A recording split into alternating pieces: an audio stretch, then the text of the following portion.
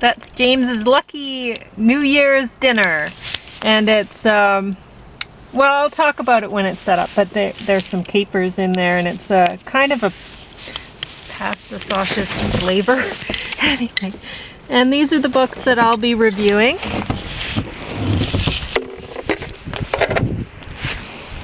So I'll get that done quickly, and then I'll talk about the food, and then quickly, and then James is just going to talk about I'll just some introduce books. some books So, for people to get ready for, yeah, over the next so little while, maybe the a long while. Food, so it's spaghetti squash with rice and cabbage and spinach, corn, pomegranate arrows, and walnuts. I think that's it. And then the a yam, a few potatoes, and the stuffed peppers are great to make for any party because it's really easy. I mean, you could mix, a lot of people just go with regular rice. I put the rice in there, so I didn't. I put lentils in because lentils are supposed to be lucky because they look like coins and they swell up when you add water, so it's like your money grows. So you're eating like more and more money.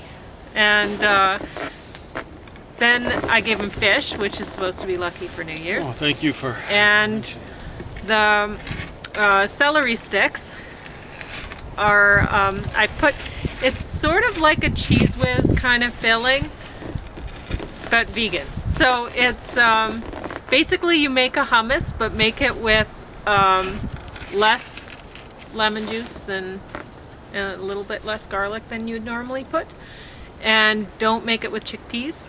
Make it with white beans. So I used Great Northern beans. And then you put, so say you have 3 cups of cooked Great Northern beans, and then you have a fair amount of salt, more than you would think. So maybe 1/4 teaspoon of salt, and then just add a little bit if it's not salty enough later on.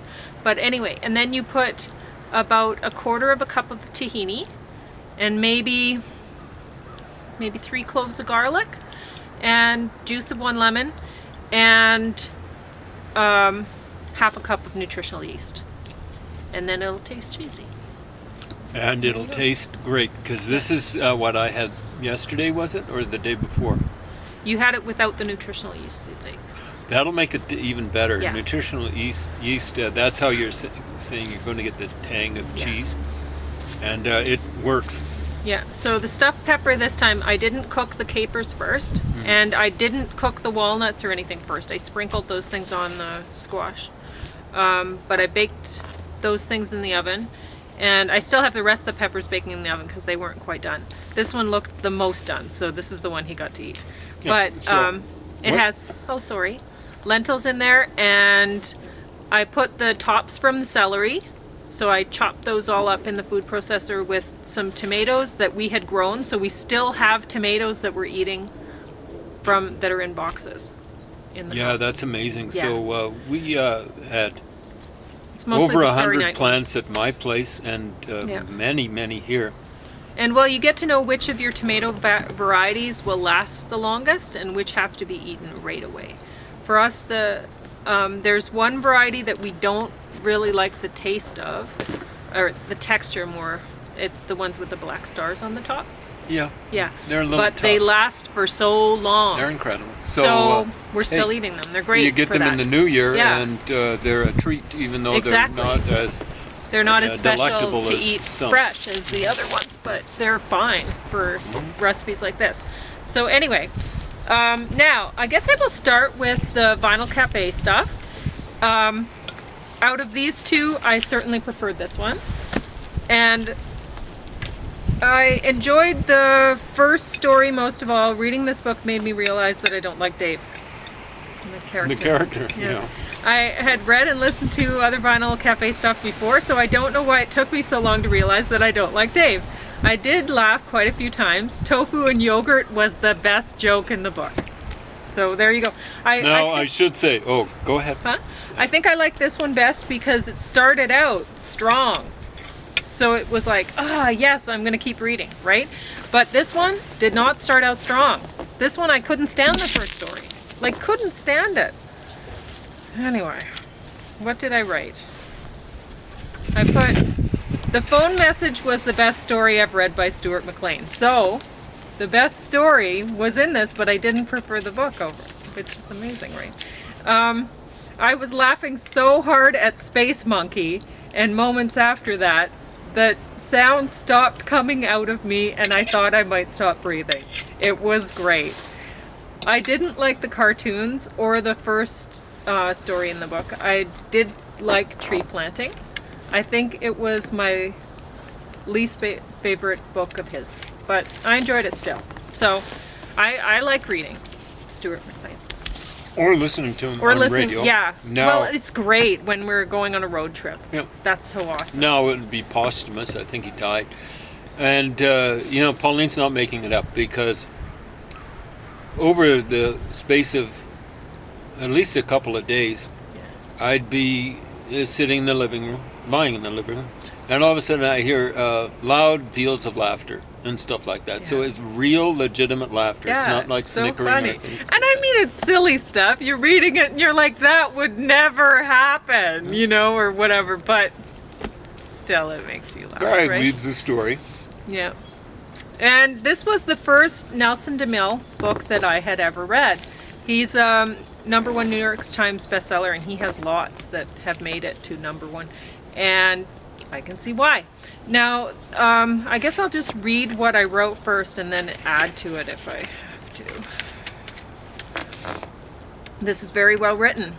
It's aimed at men who like reading American crime fiction. The main character, Detective John Corey, is quick-witted and entertaining. Most would see his comments as politically incorrect and sexist, but I enjoyed the humorous dialogue. The murdered couple's research is interesting to read about at this point during viral pandemic. Well, let's see what that was, 173. But as it turns out, it doesn't have to do with that. So you're thinking, they kind of throw you a little bit of a red herring there.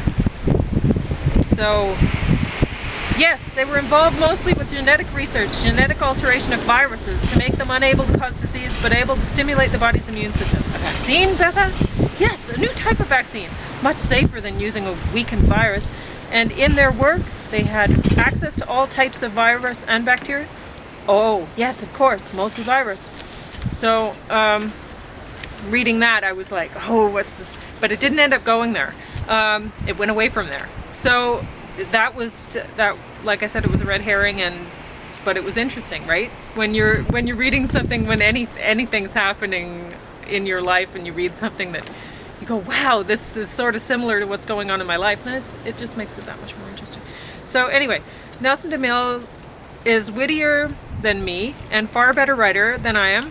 His vocabulary is impressive. Example, page 499, axiomatic. There we go. Who uses that? Not me. Yeah, so axi, that root means worth, if I'm not mistaken, in Greek. But it basically, in this context, I guess it's something that's considered worthwhile to base your arguments on. So axiomatic means it goes back to your axioms, so your assumptions for an argument. I'm enjoying reading this book since it's an excellent mystery, but reading it makes me think that perhaps I shouldn't bother writing books myself. I don't think that I could ever write as well as Demille. I could have done without the disembowelment scene. But I guess, given it's aimed for guys, at men. right? Yeah. So aside from that, I enjoyed the book. And, well, it's kind of ridiculous, right? He's such a hit with the ladies. Oh, the hero. Yeah. But anyway, I guess guys would want to read that too. I mean, they want to think, oh, I'm this witty detective, and even though I make these sexist comments, the gals all find me charming. Yeah. I don't know. But anyway, so I enjoyed it. I would like to read another one of his books after reading that. So, where did I put the thing? So this is the Chocolate Castle Clue. And if you look at the other books by Joanna, which is not her real name, it's a pen name, they're all to do with chocolate. And I thought, oh my god, well, I'll read what I wrote. I think this is an excellent mystery series for young adult women to enjoy with a box of chocolates. Young men who are interested in women who read might consider gifting one of these mystery novels with a box of chocolates to their special young lady for Valentine's, Christmas, etc. Chocolate and a mystery? What young woman wouldn't love such a gift? I didn't have a box of special chocolates while I read this mystery, so I opened a box of Smarties that I'd been given at the public library roughly 2 months ago. I save things. My ex hated that I'd do that. So I'll save treats for... Usually they go white, the chocolates, honestly, because I'm like, oh, I'm going to save this for a special time. So anyway, so I saved the Smarties and gave half plus one Smartie, because there wasn't the even number in the box, to James, and then sat down with a game in mind. So I ate a Smartie each time Lee McKinney, the main character, ate a chocolate. I should have eaten one when anyone ate chocolate, or mentioned chocolate, or even thought about chocolate, because I have a lot of Smarties left over. She had Smarties left over. Yeah. And she only had less than half of a Smarties box. Yeah. And it wasn't a supersized one? No, they're 45 grams. So how many did... I think we Smarties. figured there were 23 Smarties in the box. So I got 12 and Pauline had 11. But I wrote, I've never had such an enjoyable Boxing Day.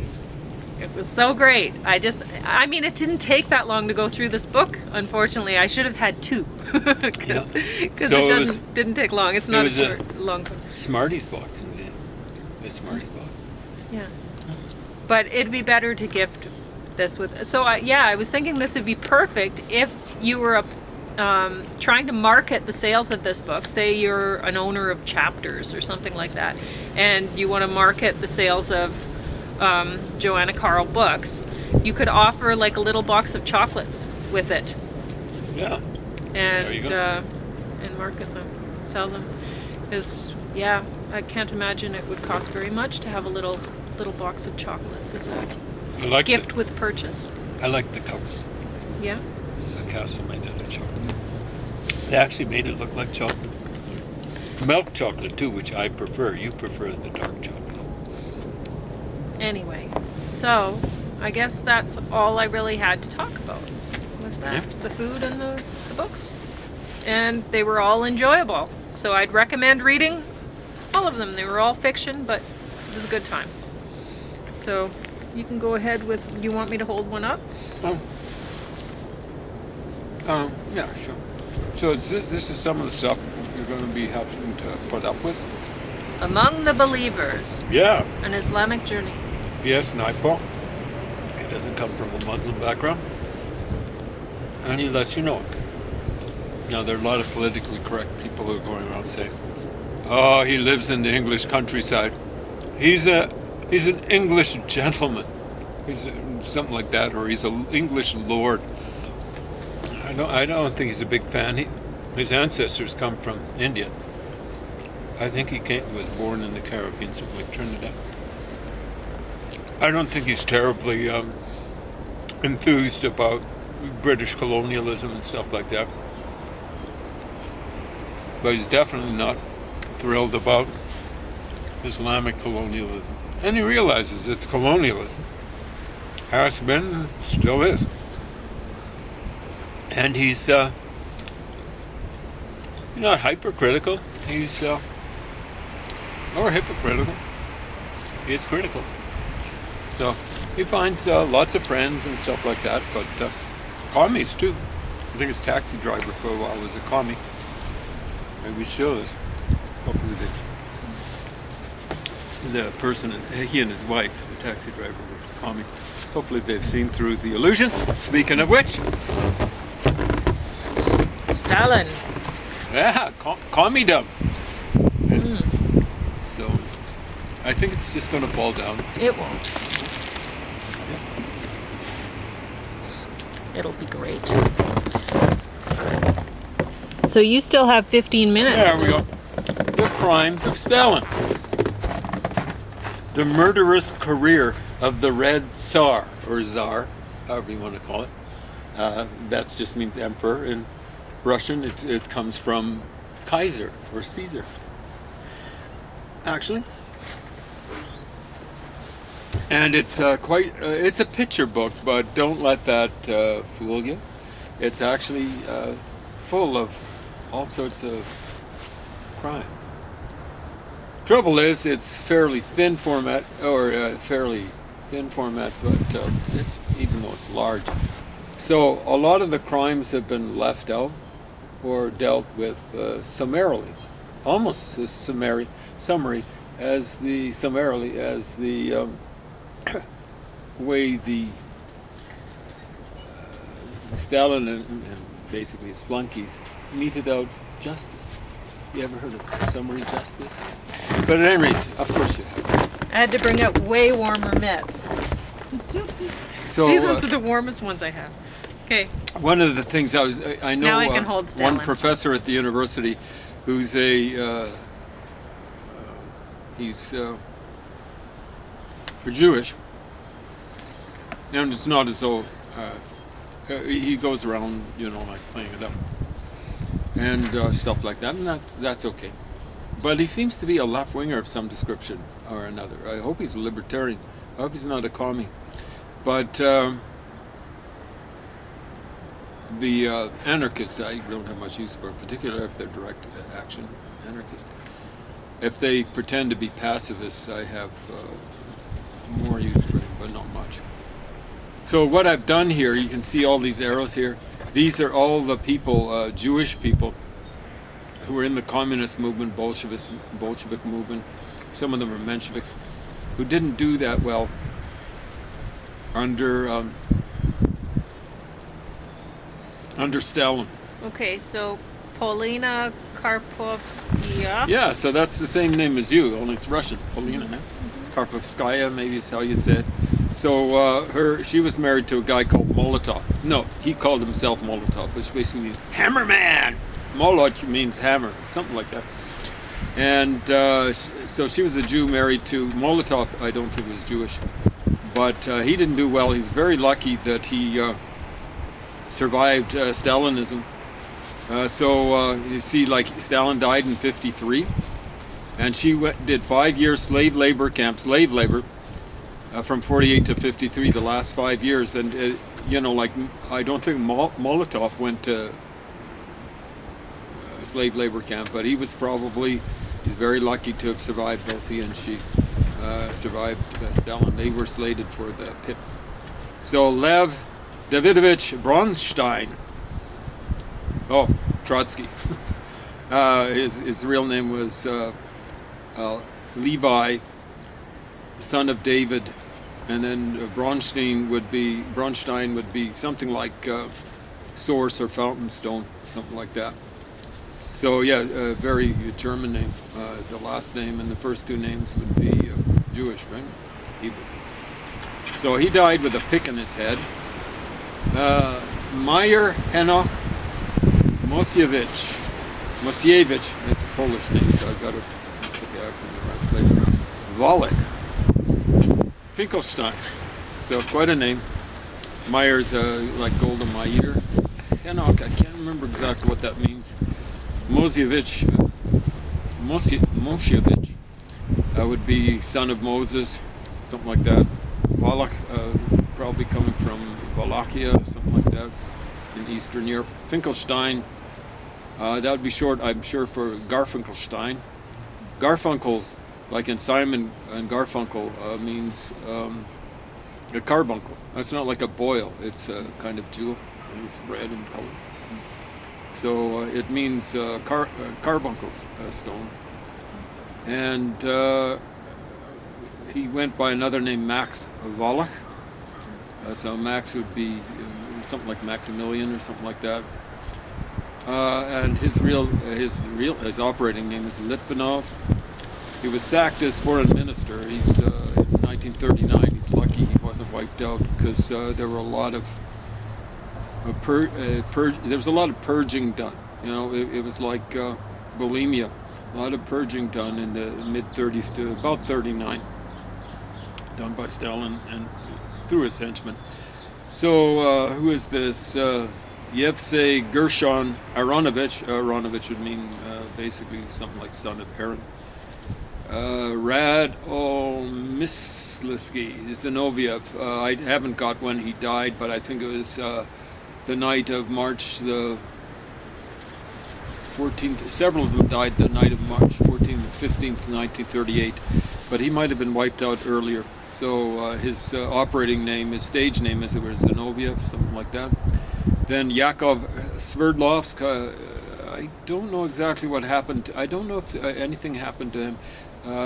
Ekaterinburg, I think, in the Ural Mountains, was named after him. So he actually might have survived this stuff. Lev Borisovich, so that would be Levi, son of Boris, which is more or less a Slavic name. Kamienev or Kamenev, that just means stone. So originally it was probably Stein or something like that, his ancestors. He was shot in his rear end. No, he was shot in 1934. Probably shot in the back of the neck. Yuli Martov, he survived him. He was the head of the, he was a Menshevik. And his real name was Yuli Osipovich, which I suspect is something like son of Joseph. And Cedar. I'm bringing your food back in so it doesn't freeze. Okay, thank you. Yep. Cederbaum, which would be a cedar tree. He just became he was a refugee. Lazar Moseyevich Kaganovich, he actually seemed to, easily survived. It looks like Stalinism. Lazar, I presume, is something like Lazarus. Moseyevich would be the son of Moses, and Kaganovich, I don't know what that exactly means. Then Karl Radek, didn't go well for him. He died in the mid to late 30s. I think he had red hair. Poor fella. I think he was going around making jokes about Stalin. Wow, what a silly fool. But, yeah. And then Genrikh Grigorievich Yagoda. So he was one of Stalin's willing murderers. He was head of internal security. I love his name, Yagoda. It's Russian, even though it looks as though he's Jewish. Genrikh would be just the Russian mispronunciation of Heinrich, which is Henry in English. Grigorievich would mean son of Gregory. But he preceded Yezhov, who himself preceded Beria. These all three guys were stone cold killers for Stalin. Beria barely survived Stalin. He was going to liberalize Russian society. He was going to take over from Stalin. Khrushchev wasn't going to have anything to do with that. Khrushchev might well have had millions of lives, the blood of millions of people on his hands, particularly Ukrainians. He helped collectivizing Ukraine, and they say 10 million people died in Ukraine just as a result of that. You can see Putin wants to go back in and kill more Ukrainians. They say he's got 100,000 people, monsters, soldiers massed on the eastern Ukrainian border, maybe on other borders of the Ukraine as well. Anyway, Yagoda means berry, but a secondary meaning of it is buttock. So I love that. Henry Buttock. Anyway, he did some killing, and Stalin decided to give him a taste of his own medicine, and had Yezhov, who was called a dwarf.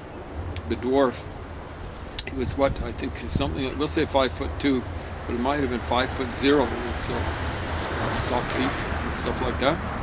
And Yezhov didn't last that long. He was, by I think 1939, he was wiped out by Beria. And Beria was wiped out at the behest of Khrushchev. They were afraid to kill him because they knew he was a stone-cold killer, but they wiped him out very quickly. I think he didn't survive 1953. I think it might have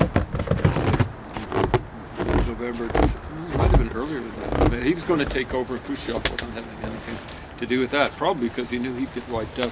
Khrushchev was actually, he's given this this image of being a liberalizer and stuff like that, but originally he was not as liberal as Beria after Stalin.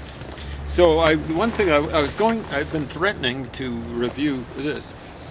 Scoundrel time! Lillian Hellman, who ruined whatever look she had with smoking. Here she is, puffing away on a cigarette, looking really smart, So she wrote this 76, and the paperback was put out 1 year later. in '77. This is in the wake of Watergate. Nixon went down in '44. And one of the people that were going after she and her insignificant other, called Dashiell Hammett, I might be mispronouncing the name of the guy who wrote the novel on which the Maltese Falcon, the movie, was based. And so she was called in front of, I guess it would be the House of Un-American Activities or whatever. No, it'd be the McCarthy, the McCarthyites in I guess Congress and stuff like that. She was called in front of it. So was Dashiell Hammett. I think they both pleaded the Fifth Amendment. In basically, I don't have to testify because I don't have to don't have to incriminate myself. So she calls Dashiell Hammett Dash. You know, it's real Dash, me and Dash. And oh, it's awful what she had to go through. You know, like with these the being persecuted by the McCarthy and company. Oh, it's terrible. Oh, she couldn't be employed by Hollywood anymore. What was she making in the early 50s? How would you like to be making $135,000 a year back then? Mickey Mantle, I don't think, made $100,000. The biggest baseball star of his time. He wasn't necessarily the best player of his time, although all around he might have been until his knees started giving out. He most talented.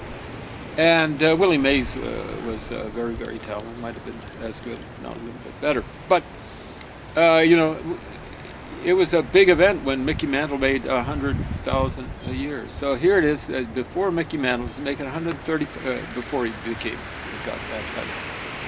Let's stop. She's making $135,000 a year, and she has to give up.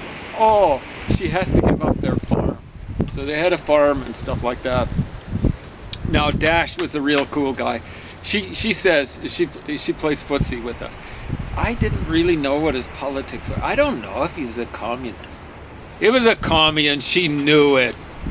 Right? So she's complaining about all this witch hunting. It's supposed to be witch hunting. Hey, the deal is when you witch hunt, you're going after people. You know, like when they went after witches, they weren't witches. And then when you hunt, basically, I'm not going to be terribly concerned, not terribly concerned, unless, you know, witches got killed, or so-called witches, about 1700, okay? I think it was 1700. She didn't get killed. She survived past 1976. I suspect she died of lung cancer or something like that from the smoking. So there are all sorts of crimes of Stalin in here. All sorts of stuff. Lillian Hellman. Oh, let's see what she had to say about the show trials. In other words, kangaroo courts. She had something to say.